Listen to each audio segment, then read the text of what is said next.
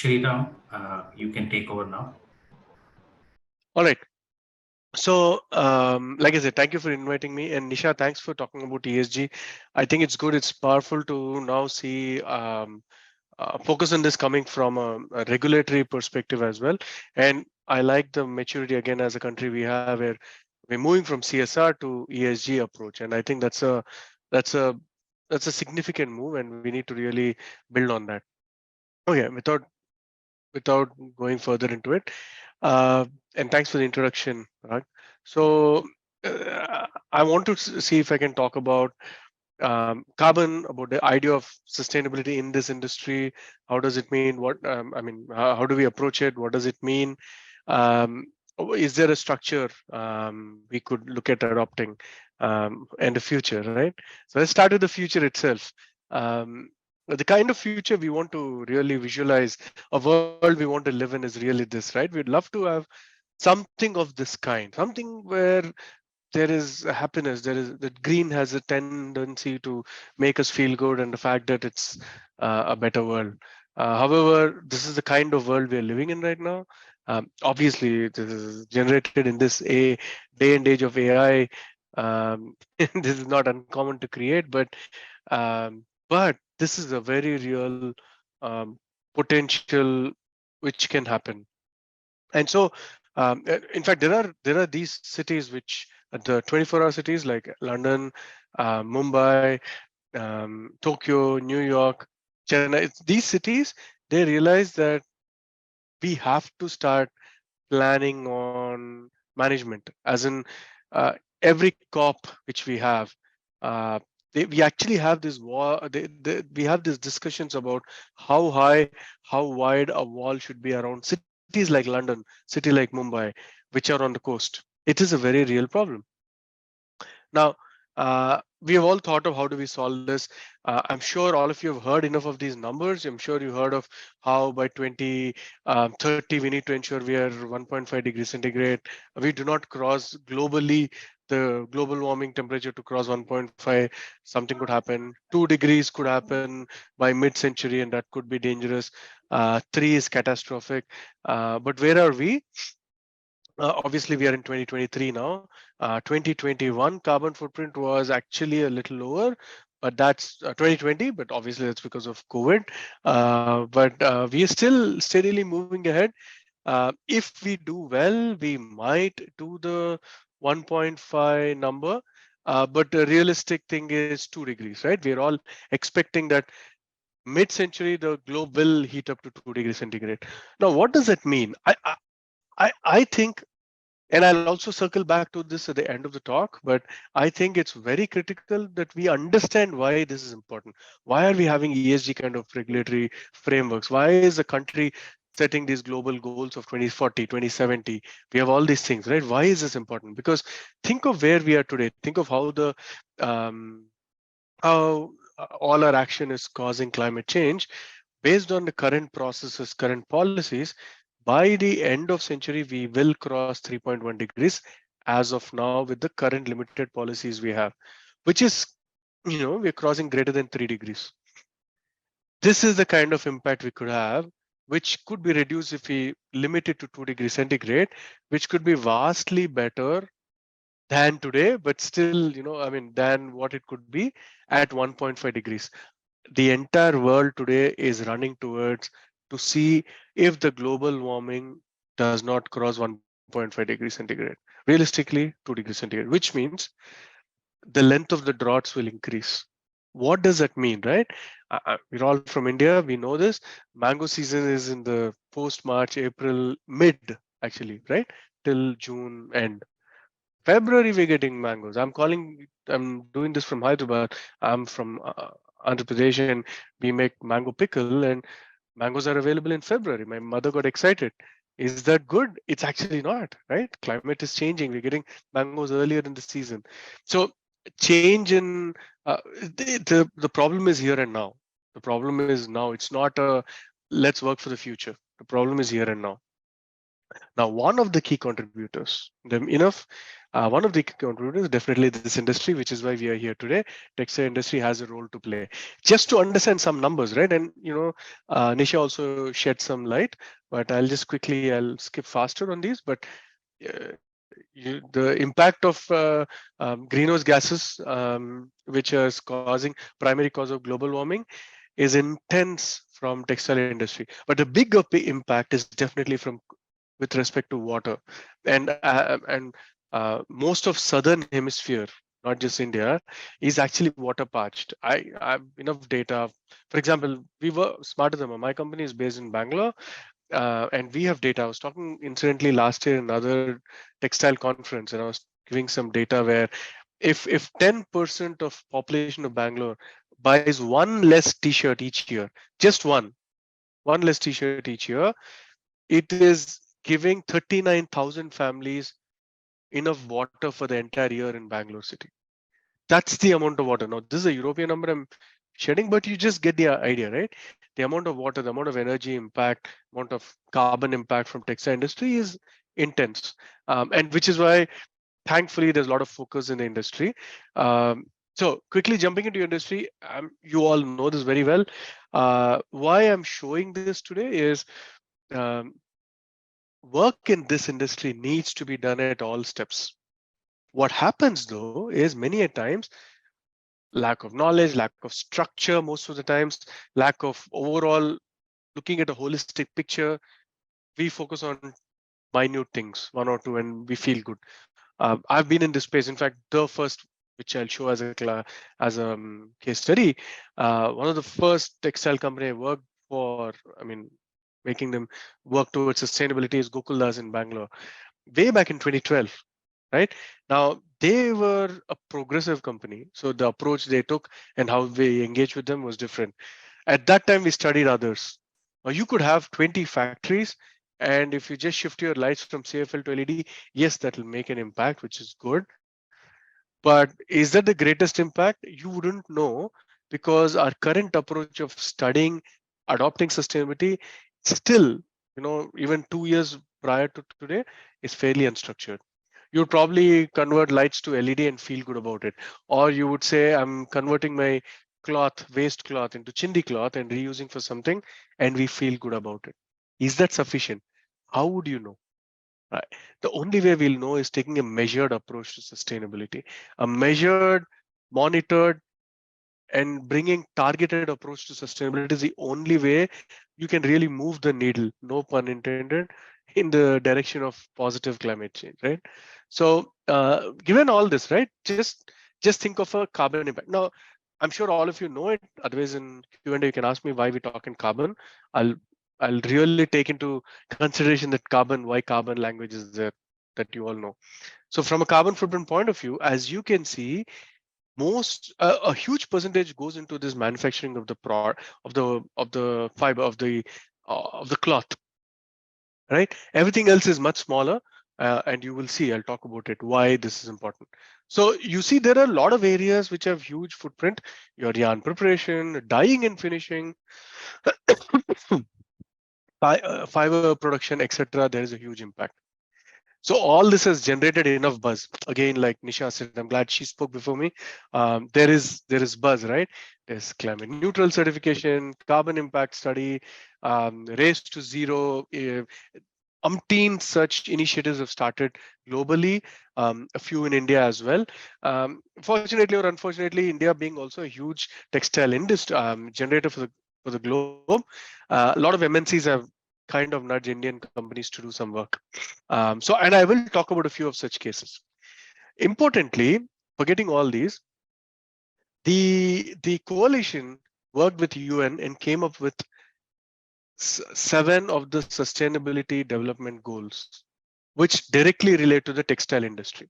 They said that if textile industry adopts these seven goals, and under these there are certain targets, certain indicators, if you take that structure and every textile stakeholder does certain work in these things, we would be able to move the needle, which kind of drill down to these, whether it's efficient operation, safe water management, responsible procurement, consumer engagement, all these things are there, right?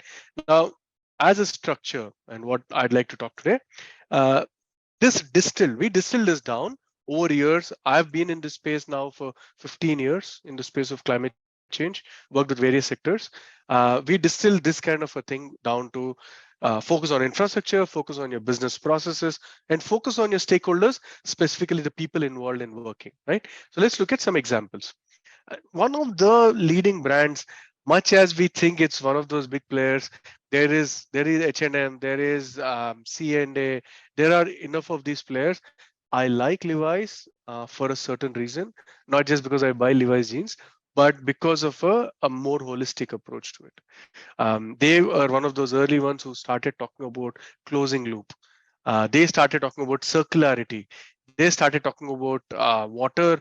Why is water important? Jeans, right? We worked with Gokula's jeans factory.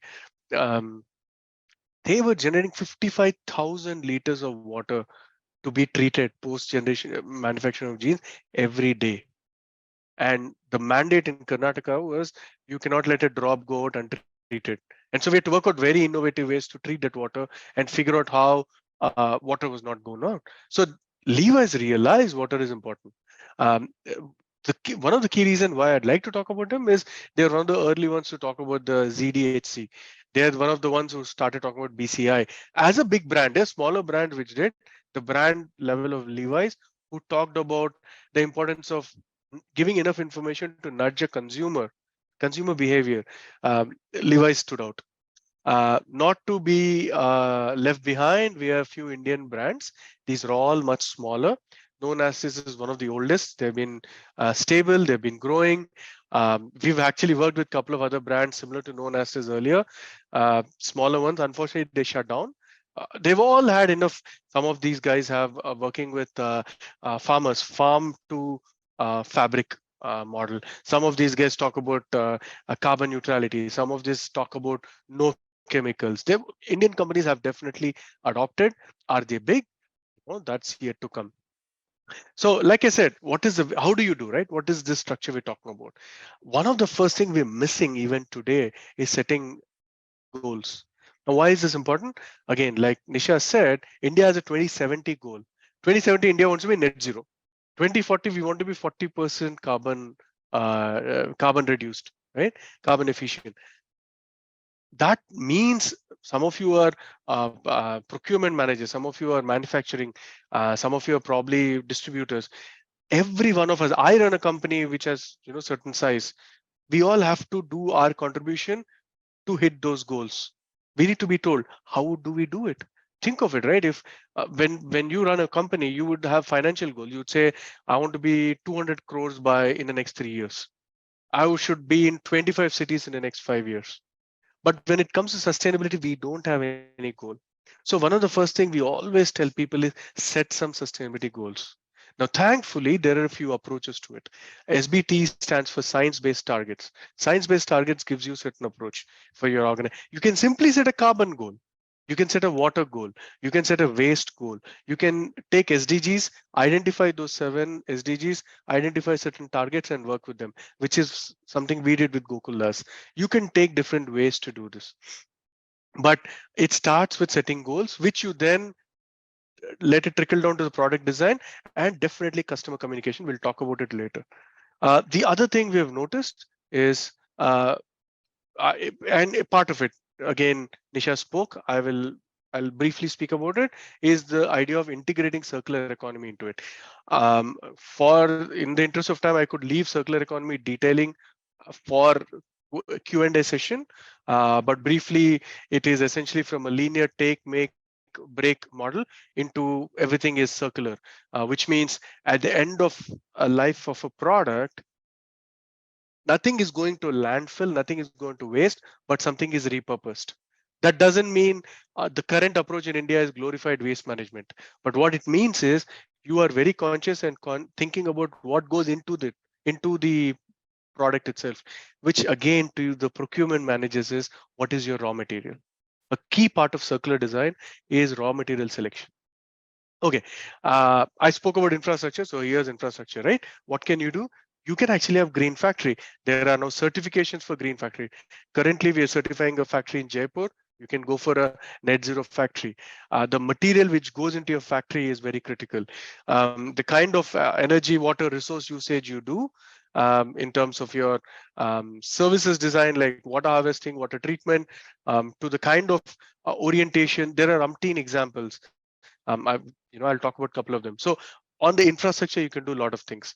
A good example of somebody who's done this, we haven't worked with them, is Arvind Mills. Arvind actually has done some great work, and they publish it really well. Remember, I said I used the word earlier, measure sustainability. These guys have done a very good job at that. They know well enough that they publish it. Uh, this is the kind of numbers, this is the kind of approach you need to take. Now they have their own goal and they're working towards it. They publish each year on year what's been their progress, right? And at the center of it, they talk about how all the stakeholders are going to be impacted and worked with over a period of time. Uh, this is work we have done for one of our clients, where why I've brought it up is when we talk about infrastructure, we also talk about material, and I want to talk about a little about material, right? People talk about carbon as the only measure of sustainability, but actually there are various ways of measuring. In this case, I am just taking carbon to tell you the various steps of manufacturing. Now we compared for this client cotton spandex, recycled polyester spandex, and nylon, right? So when you look at each of these, you see that fabric and elastic have a huge footprint. Transportation, packaging, and all other things are minute. And of this, unsurprisingly, recycled polyester had the smallest footprint. Of course, we worked with this client and moved them to hemp and bamboo based, which reduced the impact further. But this is the kind of numbers you should look for. And when we studied this, what did we find? We found, unsurprisingly, that fabric and elastic had highest impact, right? And the impact, and this is for Gokulas, the impact of their processes, because fabric and elastic was coming from somewhere else. They were just putting it together. So most of the impact was happening outside. Gokulas had a very small impact. Transportation, surprisingly, was very small. Synthetic had a high impact. Recycled polyester had the lowest impact. So we started understanding this. So look at the holistic impact, right? You start understanding at this level, you start identifying what should I work with. One of the first things, which is why we moved them to a better material, so that the material impact can be automatically reduced. Next, business processes. Um, Again, it's about how well you use your energy, water, how you manage your waste, your communication, packaging. Packaging becomes extremely important. There are tons of different ways. We worked with a brand called Pomegranate, unfortunately, an Indian brand which shut down, right? Now they would send customers. These guys are not scaling because of some of these challenges. And you all can, you're all smart. You've been working in this industry for a while. You would know innovative ways to say, hey, maybe I could figure out a way to use recycled paper and wrap around so that I don't use any plastic at a scale. I can use without any plastic layering, without a scale. We'll have to figure out ways, but packaging becomes critical. Your supply chain becomes critical. Again, another example is funny. I'm using a lot of Gokulas. Obviously, we know a lot of information from them. Their other brand called Enamer. It's a lingerie brand, right? We did a lot of work on their energy efficiency and circular design. You would be amazed at the focus we had here. We had a lot of work on their setup in the office. So without them spending a rupee on externalities in the year one, we showed them some changes. Actually, we had a roadmap for energy efficiency. Yeah, energy independence, right? The year one, year zero, we called it, had no capex addition. Then from the savings of year zero, we started doing some work on year one, where we started using some new material.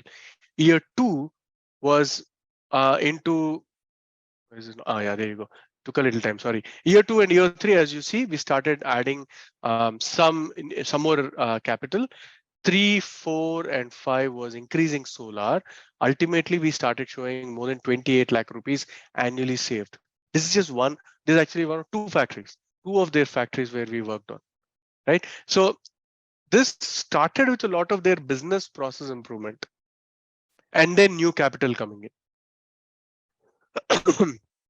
People, people.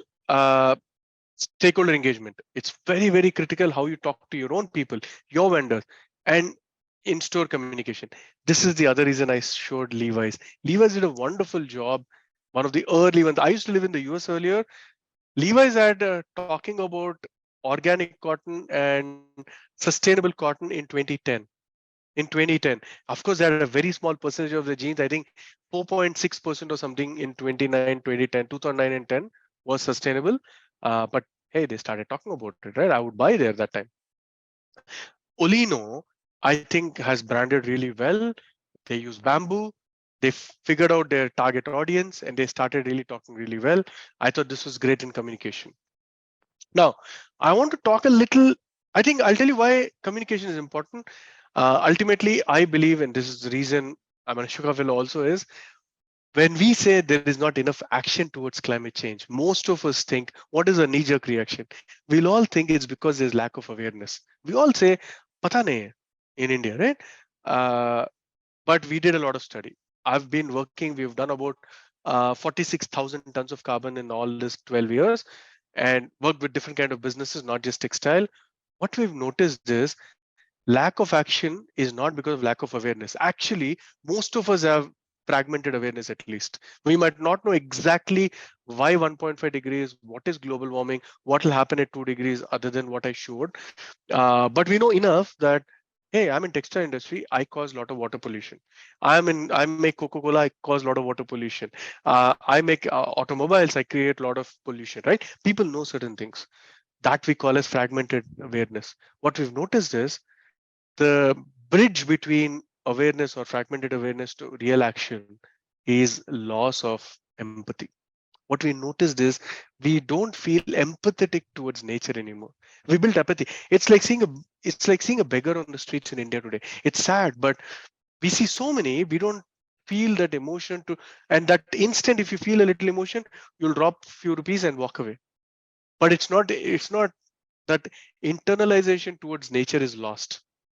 There are enough stories. I'm happy to talk about it. I think that's one of the most effective ways you can trigger change. Nisha spoke earlier about customers can do something. I think the emotion you can hold on to, or you can create about being part of a future is an empathy which is powerful enough, which will cause consumers to behave better. And my favorite brand in that is Patagonia. You've all heard about Patagonia last year. They made a tremendous change in their organization structure. We can talk about that later. But this happened way back when I was in the US only. And they have done tremendous work. One of the early things they've done is they've, sorry, they've understood that it's important to be passionate. It's important to be stuck to your core values. Then you don't need CSR, you don't need ESG, you don't need certification because you're doing it for the right reason. You'll do the right things. What did they decide? They realized that why are people not repairing? I mean, how many of us today go to, if there is a tear in my t-shirt, to go and get it repaired? We throw it, right? Or at best, we'll sue something, give it to your dhobi wala, to your driver or somebody else, and it kind of goes hand on, but we don't use it. So Patagonia found out that, realized that that is important. They created a brand called Wonewear and they made it sexy. It doesn't even have to be a Patagonia product for you to go to Patagonia and say, can you repair it? They'll repair it. They'll put a chapa called Wonewear and give it back. I think that's the kind. Yeah, we'll have I'm to like go for Q&A. Yeah. 3 more minutes Okay. and I'm done. Okay. Thank you. I was just checking time too. So what I'm saying is Patagonia is a great example for textile industries, communication and powerful communication and branding to make it more sustainable. There enough certification. I'll skip this. Time is here and now. This is the amount of carbon budget we have. Again, I can talk about what is carbon budget and all later. Time, if we cross this, that 1.5 degree, I've selected 1.5. If I select 2 degrees, it'll go slightly higher. 1.5 degrees centigrade, this is the amount of time remaining for us as a world. Now, this is the cost if we do not work on climate change. This is the amount of cost we'll incur as a. So the environment minister of Finland wrote a book in 2019. The first line says the most expensive climate change impact would be due to inaction. Anything else we'll do, the impact mitigation will be cheaper. This is my favorite class. Everybody will say, you're right, we should do something, right? Who wants change? We all want change. Who wants to change? And that's where we're stuck. This is what I want to end with. The So decisions we make today, every one of us. Sorry, Parag? no, I just wanted to lead to that, and that is one of the questions, when you say 1.5 degrees, 2 degrees, etc., right? For all of us here, I mean, general world, 1.5 degrees or 1.5 in itself, it's a very small number, 2 degrees, very small number. And by when do we have to do it? 2070. Oh, dekha jayega wo to. What have we got to do with it?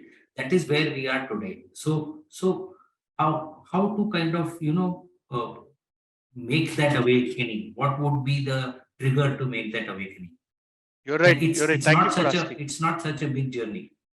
No, I agree. It's not. So 1.5 seems small. You're right? Actually, in the summer, as India, pretty much across the country, we were in 20s in March. We are hitting 30s, and where I'm hitting 40. So you are seeing already 10-degree difference. So everybody will think, "Arey 1.5 mein kya hai?" You're right. Actually, like I said earlier, and that information is here and now. We don't even have to talk about future. The best example, I can give you a global example. I'll give you a local Indian example, right? Mangoes are not supposed to come in February. The fact that they have come, we feel good, but that what should that actually tell you? The crop cycle is becoming unpredictable. I'm not even going to talk about floods, heat waves. वो सब तो we are seeing. We'll turn on AC, will not go out of house, right? We all figure out a way around it. But think of unpredictable crop pattern. The moment you have unpredictable crop pattern, we can't feed ourselves. We can't predict and plan our feeding. That is the number one problem we'll have. The moment that hits, we don't. I can give you an international example. Spain as a country, in the last 15 years, its summer has increased by 21 days. Its increase in 21 days has severely impacted its olive production. And so olive oil production has reduced. Yeah, since now we are running out of time, I also wanted one more question before we run out completely to Nisha. And Nisha, your recommendation for the brands that are all here on the platform, right? When we are talking about ESG, what is the first choice a brand should take? Is it the customer facing one where we can show, look my packaging, look my signage, look my branding? Should we take that first, or should we take the processes first? Is there any balance there, or is there any first there if we have to choose, because we may not be able to do both? So there's no hard and fast rule in this, Parag. I would say, our clients, as in we have a mix of clients, it's really based on what is your purpose of embarking on this journey, right? There's no right or wrong. If you are trying to address and make, do this through a business decision, align your ESG strategy to what your clients want, start there. And they're asking a lot of questions today. They're asking questions along your value chain. It's not only one element, and you can start there. If it is about you trying to save money, improve your business operations, that's a good start as well. So whatever you do it thoroughly. Don't do one part of it. Look at it through, end to end is how you can solve it, would be my answer. Good. Thank you